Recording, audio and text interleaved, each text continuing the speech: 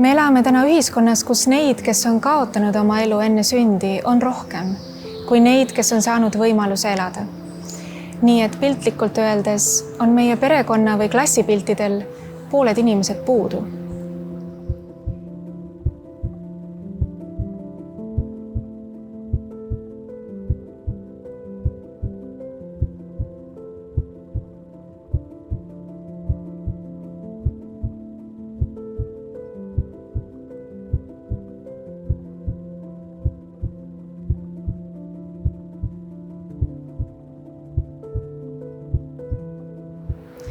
Eestis kaotab täna abordi teel elu iga 5. laps enne sündi.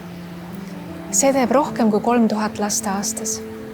Rohkem kui 300 000 last taasiseseisvumise ajast ja rohkem kui 1,5 miljonit alates 1956. aastast, kui abort Eesti territooriumil seadustati.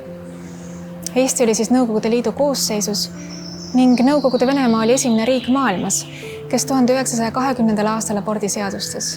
Selleks, et vabastada töölisrahvas perekondlikust vastutusest ning lõhkuda perekond, mis seni ühiskondliku elu kõige olulisema institutsioonina takistas totalitaarse riigiaparaadi jõustamist.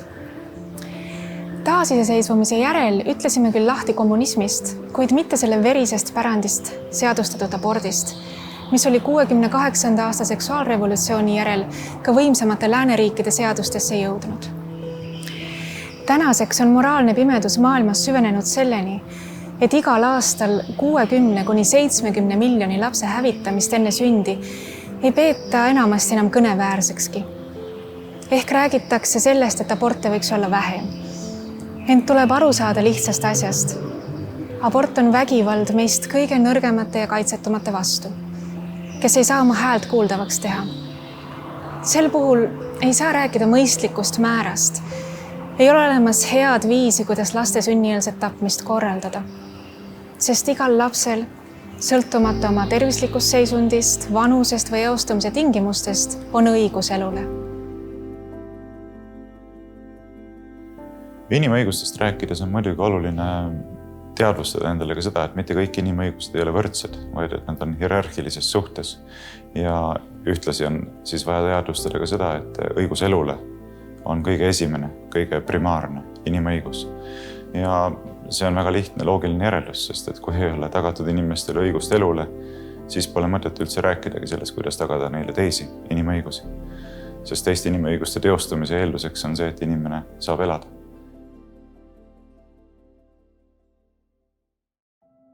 Eesti Vabariigi põhiseadus kohustab riiki kaitsma igaühe õigust elule.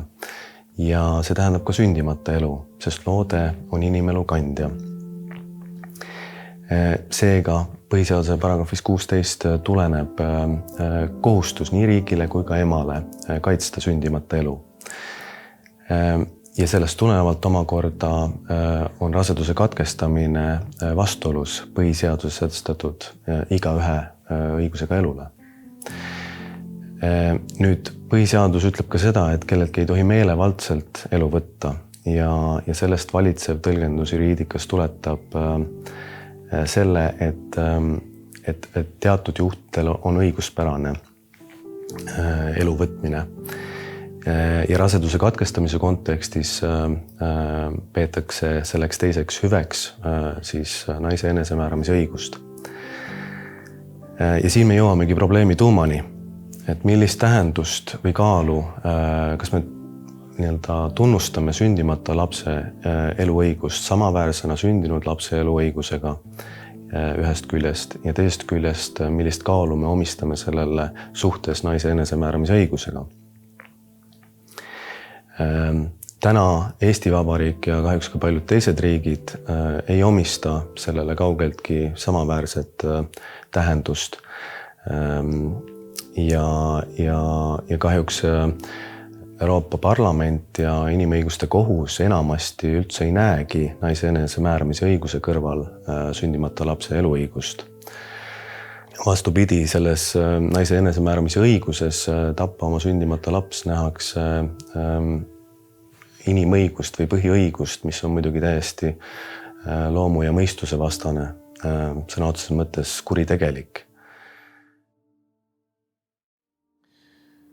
No inimõiguste üldteooria lähtekohaks on selline baasveendumus, baasseisukoht, et riigivõim ei anna mitte kellelegi inimõiguseid ehk riigivõim ei ole inimõiguste allikas. Riigivõim peab üksnes tunnustama ja austama ja kaitsma inimeste õiguseid, inimõiguseid. See muidugi ei vasta nüüd küsimusele, et mis siis on inimõiguste aluseks ja sellise klassikalise inimõiguste teooria kohaselt on inimõiguste aluseks inimväärikus, mis on igale inimesele loomuomane ehk tuleneb tema inimeseks olemise faktist. Mitte ei ole omane üksnes sellistele või teistsugustele või kolmandasugustele inimestele, vaid kuulub kõikidele inimestele põhimõtteliselt ühetaolisena, sõltumata sellest, millised on, kui suured nad on, kui väikesed nad on, kui vanad nad on, kui noored nad on. Ja see on inimõiguste teooria lähtekoht. Kuna inimesed on eriliselt kõrge väärikusega olendid, siis peavad neile olema tagatud õigused, mida riigivõim peab siis kompromissitult austama ja kaitsma. Kui me elame ikkagi praegu ajastul, kus peaaegu on inimestele suudetud selgeks teha, et nemad ongi ise jumalad, võivad sugu endal muuta ja võivad mõelda välja mingisugust paralleelreaalsust endale, siis selle keskel lähebki ka ju elu kaotsi. Et kui sa suudad ennast uskuma panna, et sina oled elu võtja, andja ja muutja, siis kaob ära see tegelik aukartus päris elu võtja ja päris elu andja ees.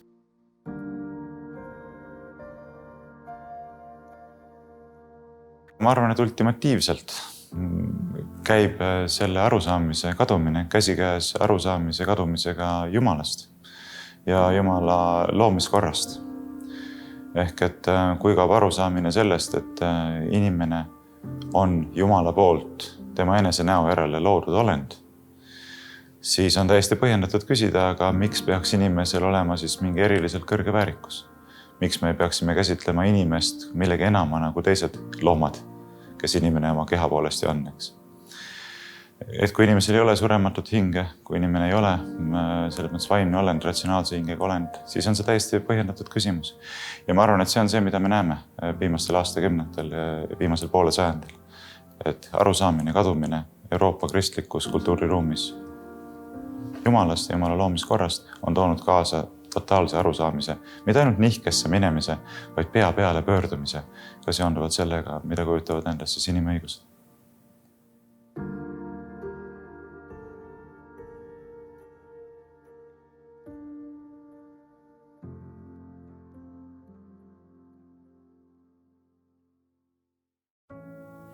Elukultuur rajaneb kristlikul õpetusel, mille kohaselt on inimese elu loodud Jumala poolt ja on seetõttu püha.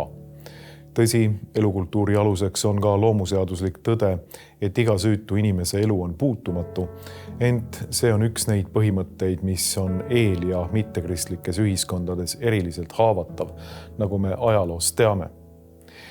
Elukultuuri alustaladeks on institutsioonid, mis iseenesest loomuseaduslike institutsioonidena on kristluses ülendatud üleloomuliku armu vahendajateks. Peamine neist on lahutamatu ja seetõttu elukestev abielu ning sellele rajanev perekond. Abielu on elukultuuri süda, võiks öelda, sest seal võtavad abikaasad, mees ja naine vastu kõik neile antud lapsed. Igaüks neist on lõpmatu väärtusega, sest nende elu eesmärgiks pole ei vähemat ega rohkemat kui igavene elu koos neid loonud Jumalaga. Vanemate kohustus on koduse kirikuna suunata nende kätte usaldatud lapsed eeskuju, õpetuse ja voorustes arenemise kaudu elu lõppeesmärgi poole juhatavale rajale. On selge, et seksuaalset puhtust, abielulist truudust ja lahutamatust ehk Jumala armust läbi valgustatud ja kantud elu ideaaliks seadvas ühiskonnas on üsasisene lapsetapp täiesti mõeldamatu kuritegu, millel pole kunagi mingit õigustust.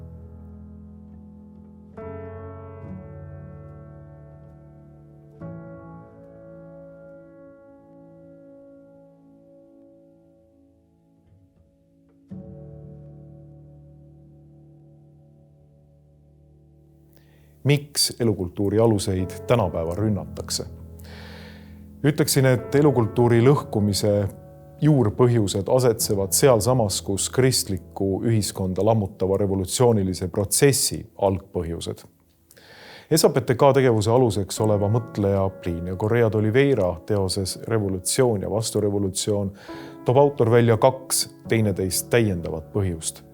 Nendeks on uhkus ja meelelisus.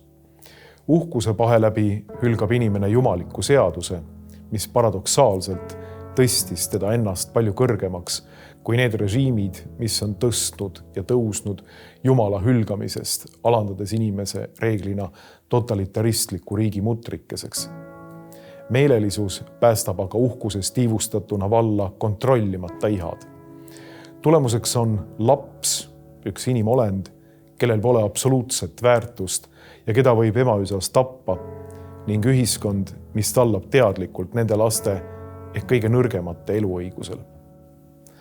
Tulemuseks on uhkusest ja meelelisusest sündinud revolutsiooniline surmakultuur, mille peamiseks ohvriks on laps, kes on sunnitud kinni maksma tugevate poolt välja mõeldud võltsõigused enda põhiõiguse ehk eluõiguse arvelt.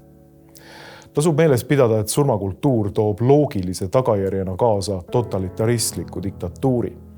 Kui inimesel pole absoluutset väärtust ning teda võib tappa emaüsas, võib riik sobimatud või allumatud inimesed aborteerida ka hiljem.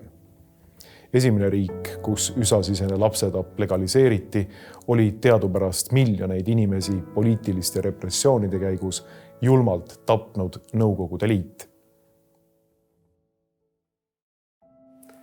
Läbi aegade üks suurimaid filosoofe Aquino Thomas on öelnud, et määral, kui inimese poolt loodud seadus läheb loomuseadusega vastuollu, lakkab ta olemas siduv ja muutub ebaõigluse tööriistaks, mis päeva lõpus kallutab inimest pahelisusele. Kuidas selles olukorras käituda?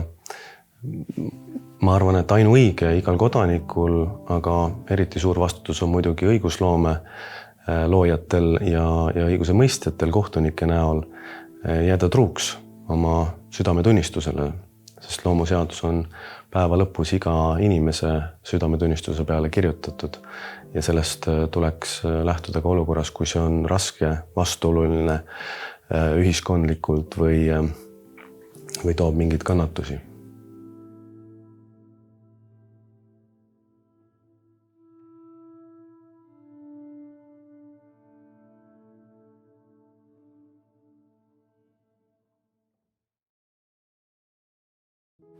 Kõige ilusam selle töö juures on see, kuidas ma saan olla kaasas inimese arengule emaüsas, selle sündimisele ja siis ütleks perekonna täiustumisele seoses sellega, et sünnib perekondaga laps. Et see on niivõrd ilus, et sellest ei saa mitte kunagi küll.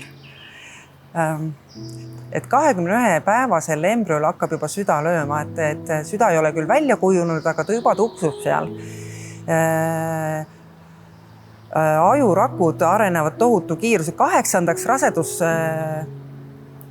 nädalaks ehk siis 8. rasedusnädalaks näiteks on juba maks ja neerud ja väiksed sõrmekesed ja varbad ja ta juba liigutab ennast küll mitte tahtlikult loomulikult, aga see elu juba on seal. 10. rasedusnädalaks võib üks beebi juba nii suur olla ja täitsa väike miniatuurne inimene küll teistes proportsioonides, et pea pool on suurem, sest aju areneb kiiremini ja peabki arenema. Et 12. rasedusnädalaks on ta ju täiesti valmis miniatuurne inimene, et sellest hetkest kuni sünnituseni ei muutu selle väikese inimese organismis suuremaid muutusi kui ainult see, et ta kasvab ja küpseb, et kõik organid on olemas, kõik funktsioonid töötavad. Ta võib juba sõrme imeda, ta võib lootevett juba matsutada, silmalaud on olemas, silmaalged, kõik, et ta küll ei kuule ja ei näe veel, aga kõik see on olemas, kõik organsüsteemid on olemas, on vaja lihtsalt aega.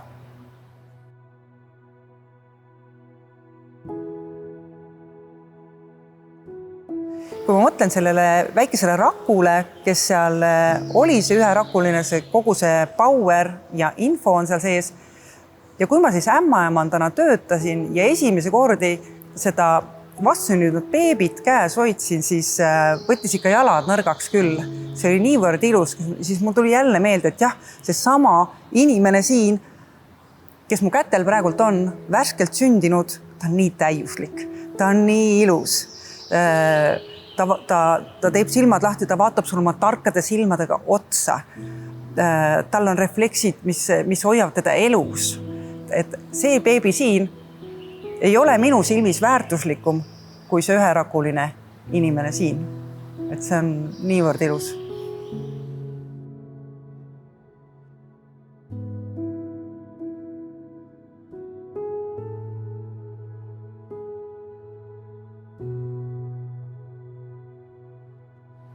Ja siis, kui ma õppisin ämmaemandaks ja ämmaemanda õpingute ajal ka oli ju üks teema abordi, raseduse katkestamine, et oli ka loomulik raseduse katkemine, mis ikka sünnib, aga just see raseduse katkestamine, et kuidagi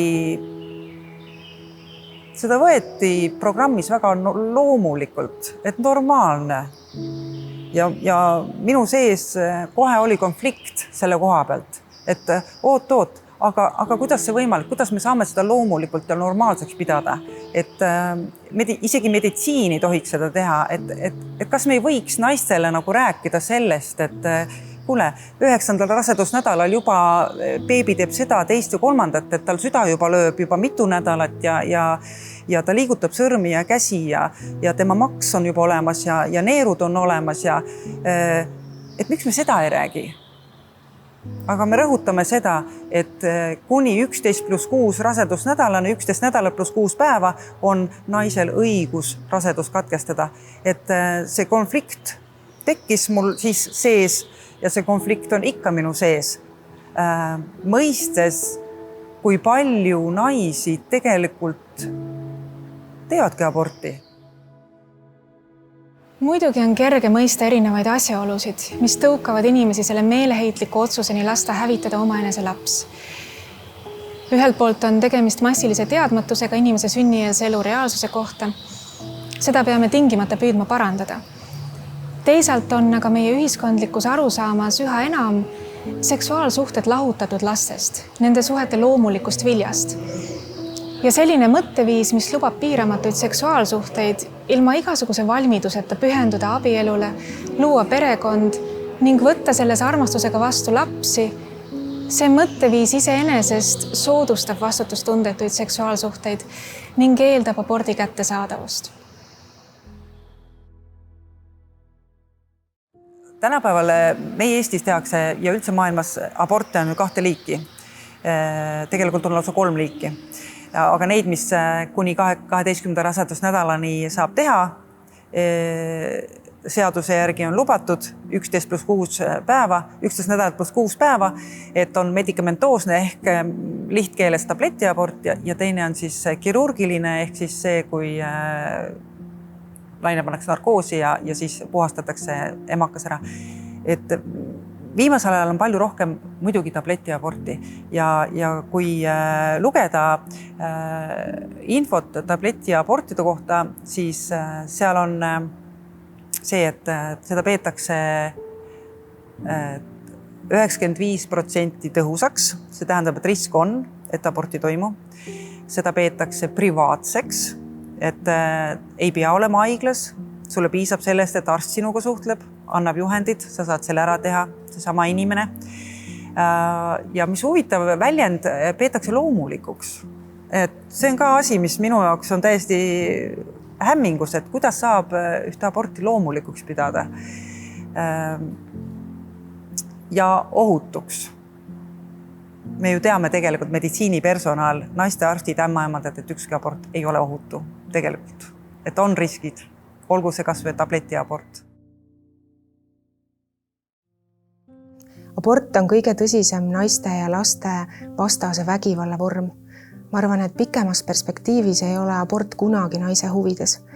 See on isegi naise huvide vastu, sest ema ja laps on omavahel sellise nagu nähtamatu sidemega igavesti seotud. Ja kui me tapame naise üsas lapse, siis tegelikult me tapame midagi ka naise hinges. Me tapame naises ema.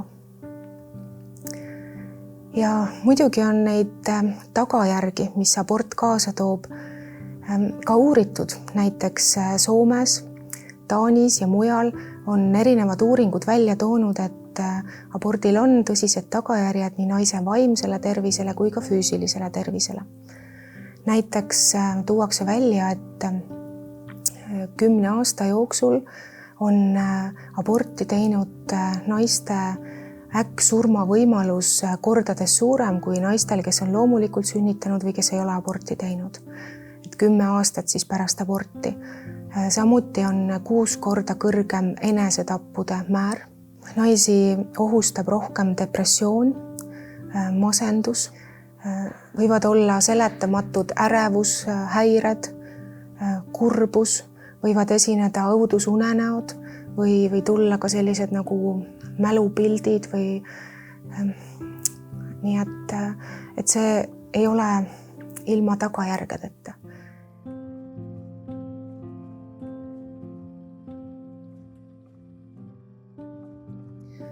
Mul on kahju, et feministid ja nii-öelda naisõiguslased, kes peaksid nagu naisi kaitsma ja jõustama, nad tegelikult oma ideoloogiaga ja julgustades naisi, kes on raskustesse sattunud aborti tegema, nad tegelikult nagu võtavad naiselt selle väe ära ja võtavad ära väärikuse ja suruvad naise nagu ohvri rolli, et naine on keegi, kes ei saa hakkama. Ja ometi me teame, et läbi aastatuhandete hoolimata erinevatest sõdadest, näljahädadest, epideemiatest, katastroofidest on naised igal ajal omanud sellist, nagu võiks öelda, isegi ürgset võimet kanda elu, seda elu ilmale tuua ja kasvatada, mis iganes olukorrad. Ja ma arvan, et naised, kes on raskustes, on need siis majanduslikud või hingelised raskused, nad vajavad pigem julgustust, et sa saad hakkama ja nendes asjades, milles sa ei saa, on olemas tugi, abi ja lahendused.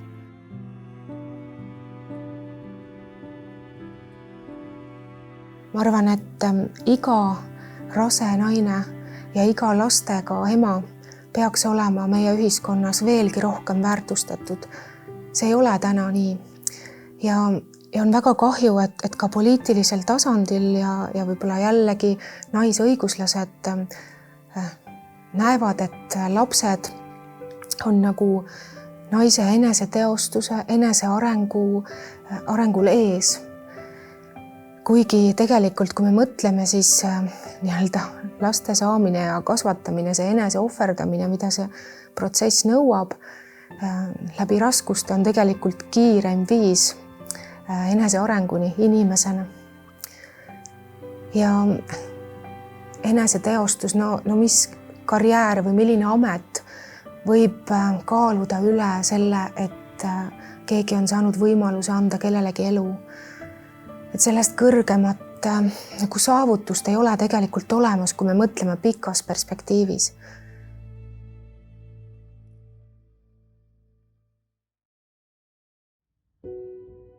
Iga rasedusega arvel tulevad naist.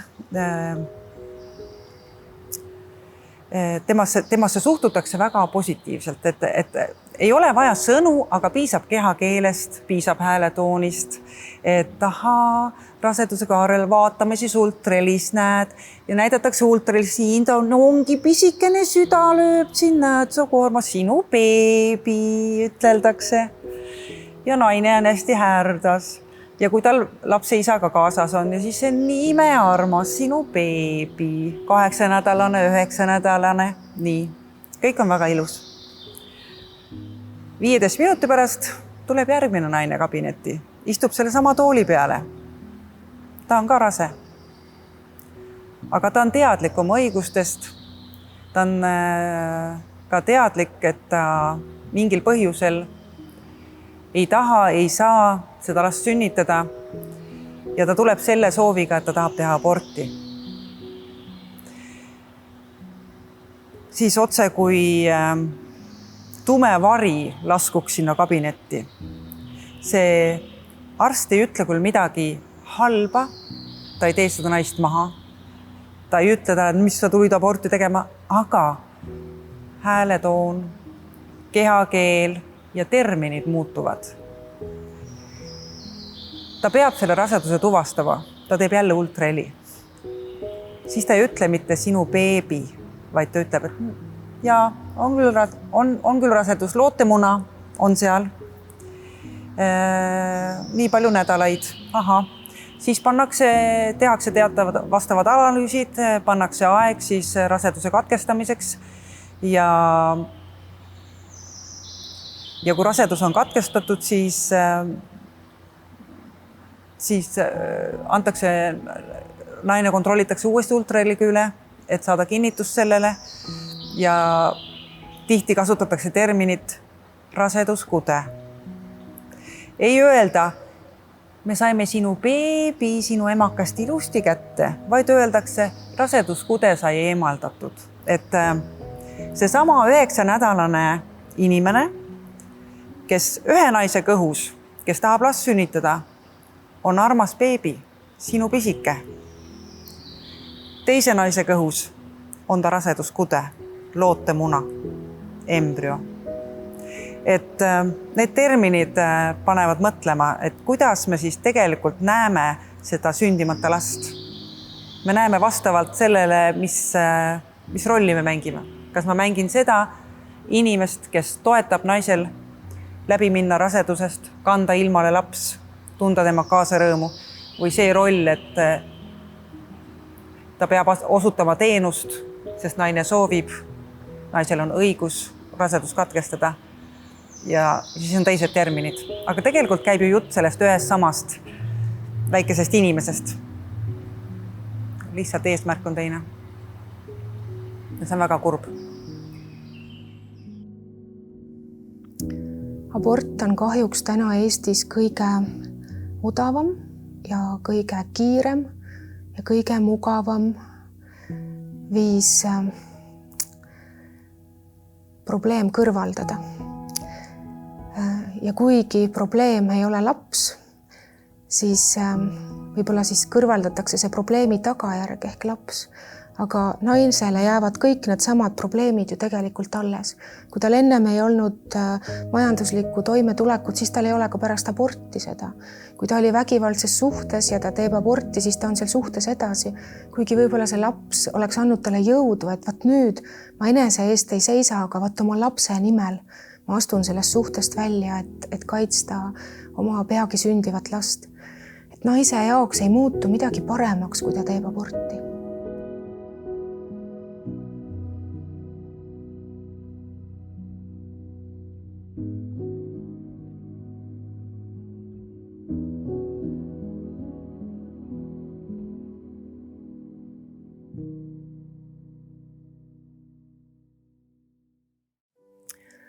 Ja see on huvitav, et abort on tänases ühiskonnas nagu tabu, millest ei tohi rääkida, millest ei sobi rääkida. Ja me kõik peame tegema näo, et kõik on väga hästi. Sellepärast, et võrreldes 80. ja 70. aastatega on abortide arv ju langenud. Meil on täna Eestis üle 3000 abordi. Jah, see arv on langenud tõesti tänu Jumalale. 70. 80. aastatel oli suurem tõenäosus saada abordi teel ema üsas surma kui sündida. Aga me peame tunnistama, et ka sünnitusealiste naiste arv on drastiliselt vähenenud. Ja kui me 50 liikluses hukkunud inimese puhul näeme, et meedias on suured pealkirjad verine aasta Eesti liikluses, sest 50 inimest hukkus. Ja ma olen nõus, et see on väga palju. Iga inimene on liiga palju, kui ta peab hukkuma õnnetuse läbi. Politsei võtab sõna, poliitikud võtavad sõna, tehakse kampaaniaid ja kõik on nõus, et see on liiga palju.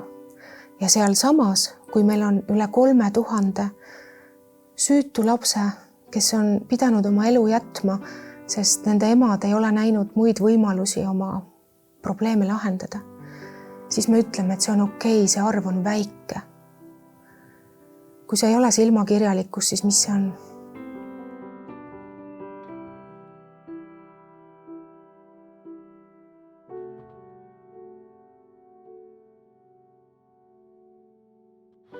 Kui me aga võtame omaks tõe, et inimene on inimene eostumise hetkest ning et hiljem ei toimu tema arengus ühtegi sündmust, mis teeks temast rohkem inimese, kui ta seda oli varem, et inimene areneb loomulikult oma ühest eluetapist teise, embrüost looteks, lootest vastsündinuks, imikuks, väikelapseks, teismeliseks, noorukiks, täiskasvanuks ja nii edasi.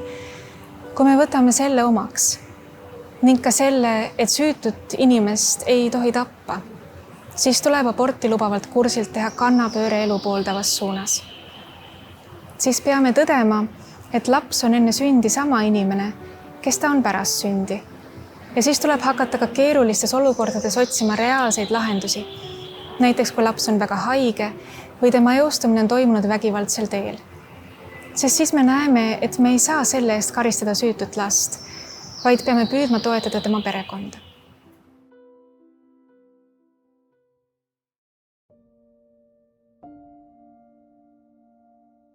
Otsuse vastuvõtmine Ariel ilmale tuua rängast diagnoosist hoolimata ei olnud üldse lihtne. Olime kogu aeg olnud abordivastased, aga väga suur vahe on sees, kas oled vastane teadmata, mida see tegelikult tähendab või olles ise selle olukorra ees. Et tol õhtul, kui otsisime internetist selle haiguse kohta infot, ehmatasid nähtud fotod ikka väga ära. Helistasime meie jaoks tähtsale inimesele, pastori abikaasale, sest temagi mattis kunagi oma väikese lapse. Ja ta andis nõu, et abort võiks päevakorda tulla ainult siis, kui on meditsiiniliselt kindlaks tehtud otsene oht tema tervisele. Aga meie puhul seda ei olnud. Arstid selgitasid, mida antud diagnoos endast kujutab ning mida see meie jaoks tähendab. Kuna rasedus oli juba liialt suur, loodeti mind hiljemalt 5 päeva pärast haiglas näha, et abort teha. Aga ma sain enda jaoks 2 vastust. Esiteks, võtsin lahti suvalisest kohast piibliraamatu ja esimene kirjakoht, mida mu silm haaras, oli: sest kohus on halastamatu selle suhtes, kes ise ei ole halastanud, kuid halastus kiidab end kohtus kõrgemaks. Ja teiseks pidin esinema neil päevil gospelgala kontserdil lauluga, mille refrääni sõnad juhtumisi olid järgmised: armastus ja halastus, läbi kõige need mul näitavad teed. Ja ühtäkki ma teadsin, ma tahan olla halastaja. Ma toon selle lapse ilmale, hoolimata, mida arstid mulle soovitasid. See otsus Ariel vastu võtta, Ariel oli siis meie poja nimi, sündis minu jaoks vähemalt 2 põhjusel. Üks oli see, et mul endal on 1 või isegi 2 võib-olla õde või venda, kellest mul pole aimugi, sest ema otsustas neid mitte ilmale tuua. Ja tol ajal oli see väga tavaline. Ja ma oleks võinud ise olla see, keda ei ole. Aga teine asi oli, kui ma läksin ükskord ühte lahkamist vaatama ja seal lahati ühte surnult sündinud 5-6 tüdrukut, väikest lapsukest. Ja selle nägemine, kuidas lihtsalt pisik inimene lõigatakse tükkideks, need hääled selle lõikamise ajal ja kuidas need tükid pandi kilekotti ja selle rändas tõenäoliselt siis prügikasti, siis see kuidagi pani täiesti teistsuguse koorma ja nägemise, sest mõtlesin, et see laps on tema oma ema-isa silme eest peidus, mis temaga tehti, mis tast sai. Ta on ühiskonna eest peidus, aga ta ei ole nende inimeste eest peidus, kes seda nägid seal, kaasa arvatud mina. Ja ta ei ole peidus loomulikult Jumala eest. Ja ühel päeval, ma usun, see nii-öelda film lükatakse kõikide ette vaadata. See oli suur tegur, mis pani mind täiesti võib-olla teistmoodi mõtlema. Ja kui tuli meil endal peresse päevakorda, siis see mõte juba, et sama asja ma laseksin teha oma lapsele, isegi kui tal on väga raske diagnoos, tundus juba nii õõvastav. ja noh, loomulikult, kui oli see mure, et no, mis siis saab, no, kas me tõesti peame hakkama nüüd võib-olla siis päevast päeva toitma ja kantseldama ja see tundus nagu üle mõistuse raske, aga lihtsalt mõtlesin ja sosistasin üle huulte, et jumal, sina tead, aga minu soov oli, et see laps sünniks.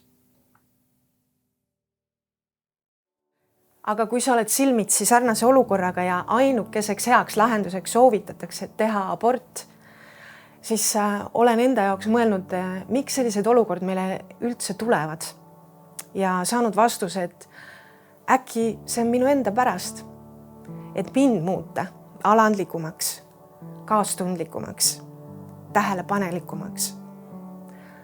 Aga ma usun, et meil ei anta rohkem kanda, kui jaksame. Meie Ariel elas ainult 3 päeva, kuid ma pole kordagi kahetsenud enda otsust ta ilmale tuua, vaid vastupidi. Ma olen uhke selle üle, et ei lasknud võtta elu, kellel oli sama suur õigus elada kui minul.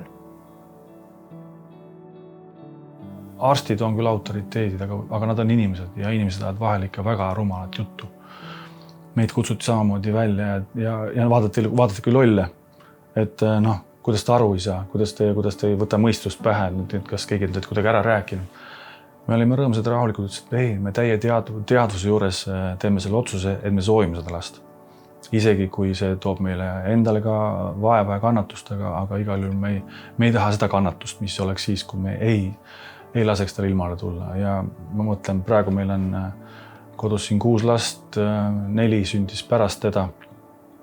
Ma arvan, meil poleks neid. See, et me tegime selle otsuse, selline tunne on, et taevas läks pea kohal lahti ja Jumal ütles, et hästi, ma kingin teile veel ja teil on ühel päeval pereansambel, millest meil tol ajal polnud õrna aimugi. Nii et inimeste nõuanded vahel tasub kuulata, vahel üldse mitte. Meie Arieli lugu on andnud mulle kogemuse, kus väga nukras seisus laps muutus sel hetkel, kui ta meie kätte ulatati sama kalliks ja hinnaliseks kui teised peres olevad lapsed. Ja minu jaoks kõige suuremaks üllatuseks oli see, kui palju Ariel meie oma lastele korda on läinud ja nende maailmapilti muutnud. Kui minult küsitakse, mitu last meil peres on ja ma Arieli ei nimeta, on lapsed seda mulle pahaks pannud. Meie perekonda see lähendas, ma usun küll, et kui me ka praegu läheme sinna ilusa hauaplatsi peale, kus on hauakivi, kus on peal Ariel Laikre nimi, siis meie jaoks on ta meie armas 3. laps ja meie laste jaoks on ta armas vend, keda nad pole kohanud, kuigi vanemad poisid teda korraks nägid siiski ja said ta kätte hoida. Aga ta on kallis meile kõigile ja ma tõesti usun, et ühel päeval me kohtume. Ja kui jälle tullakse meie juurde, et rääkida seda lugu, siis on selline tunne, et Ariel tegutseb jälle. Et me saame jälle selle teema üles tõsta, me tegelikult teeme seda hea meelega, sest me kõneleme, mingis mõttes me esindame teda. Ja tahame toeks olla, et Eestimaal oleks võimalikult palju elu, mitte surma.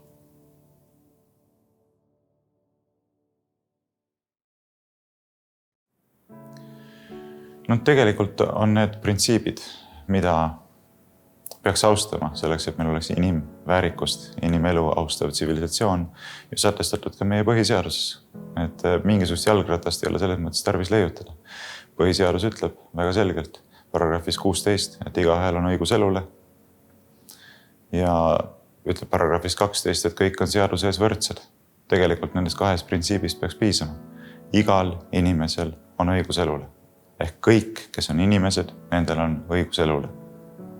Mitte ühtegi süütut inimest ei tohi mitte kunagi tahtlikult tappa. On see printsiibi praktiline järeldus. Ja teine printsiip on see, et kõik on seaduses võrdsed. Ehk mitte lihtsalt kõigil inimestel on õigus elule, vaid kõigil inimestel on võrdne õigus elule.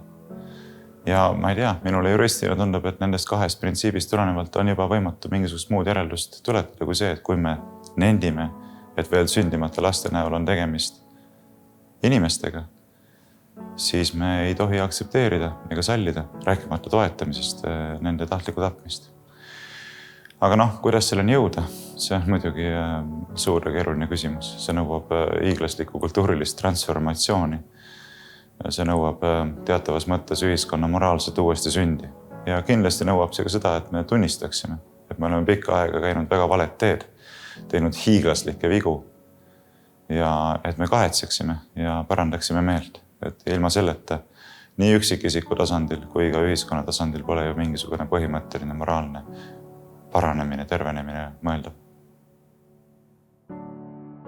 Selle jaoks, et ühiskond üldse pööraks selja millegile nii võikale, mille ta on nii iseenesestmõistetavalt ära normaliseerinud, on tegelikult vaja totaalselt sellist moraalirevolutsiooni. Üleüldist arusaamist sellest, mida endast kujutab elu, mida endast kujutab surm ja kuidas iga inimese, nii arsti, ema, isa, kui suvalise ühiskonna liikme ülesanne on tegelikult elu hoida.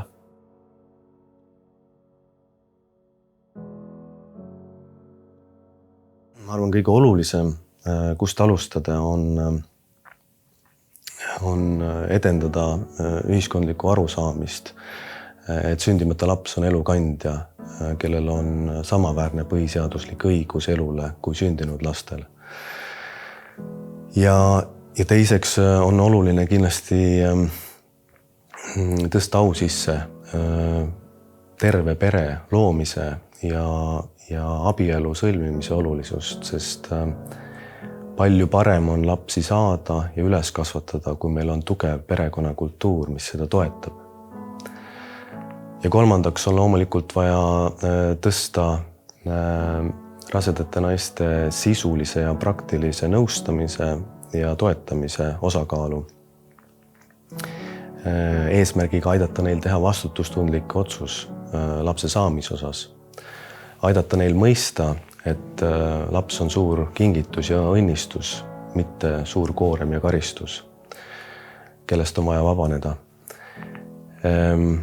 Ja loomulikult on vaja ka õiguslikult piirata valikabortide ehk siis ilma igasuguse meditsiinilise näidustuseta abortide lubatavust ja nende riiklikku rahastamist. Aga alustama, ma arvan, peaksime meele- ja kultuurimuutusest ühiskonnas, sest ainult niimoodi on meil võimalik tagada jätkusuutlik muutus paremuse suunas. Abordi rahastamise lõpetamine oleks võimalik ühe allkirjaga. See ei ole isegi mitte mingit Riigikogu otsust või valitsuse otsust, see on tegelikult sotsiaalministri määrus, kes kinnitab siis nii-öelda haigekassa hinnakirja, et milliseid asju haigekassa rahastab ja milliseid asju haigekassa ei rahasta. Ja piisab, kui sotsiaalminister selle määruse ümber teeb, ta ei pea seda kuidagi suuremalt poliitiliselt kooskõlastama. Aga meil ei ole olnud ministreid, kes seda oleks kuidagigi tahtnud teha.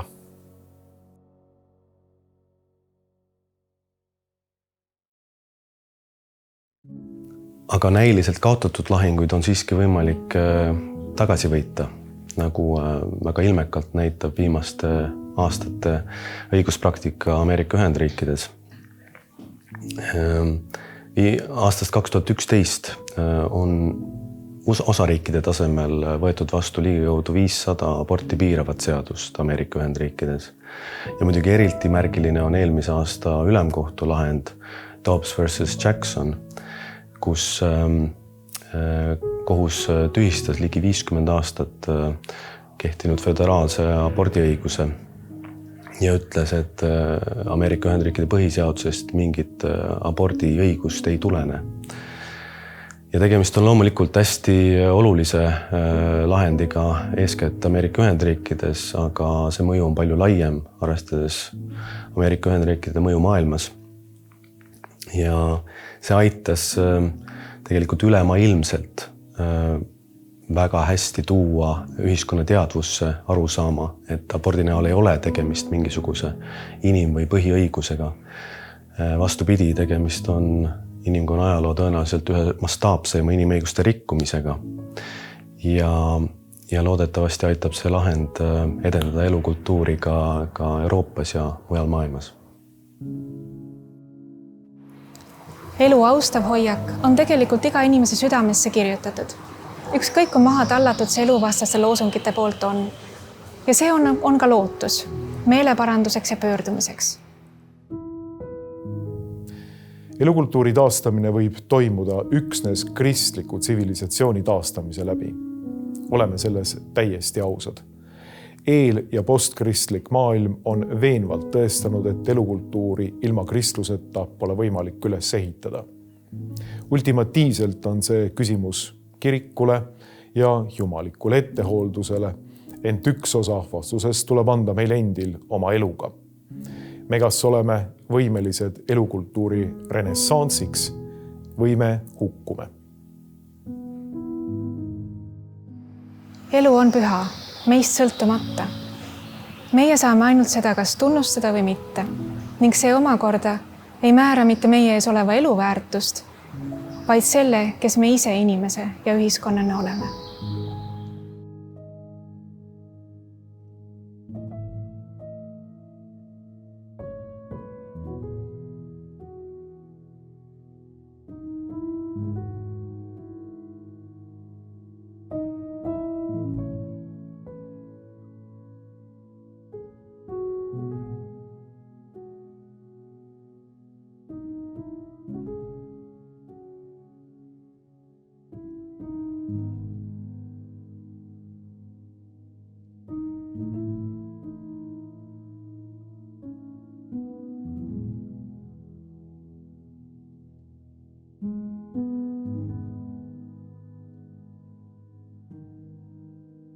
Thank you.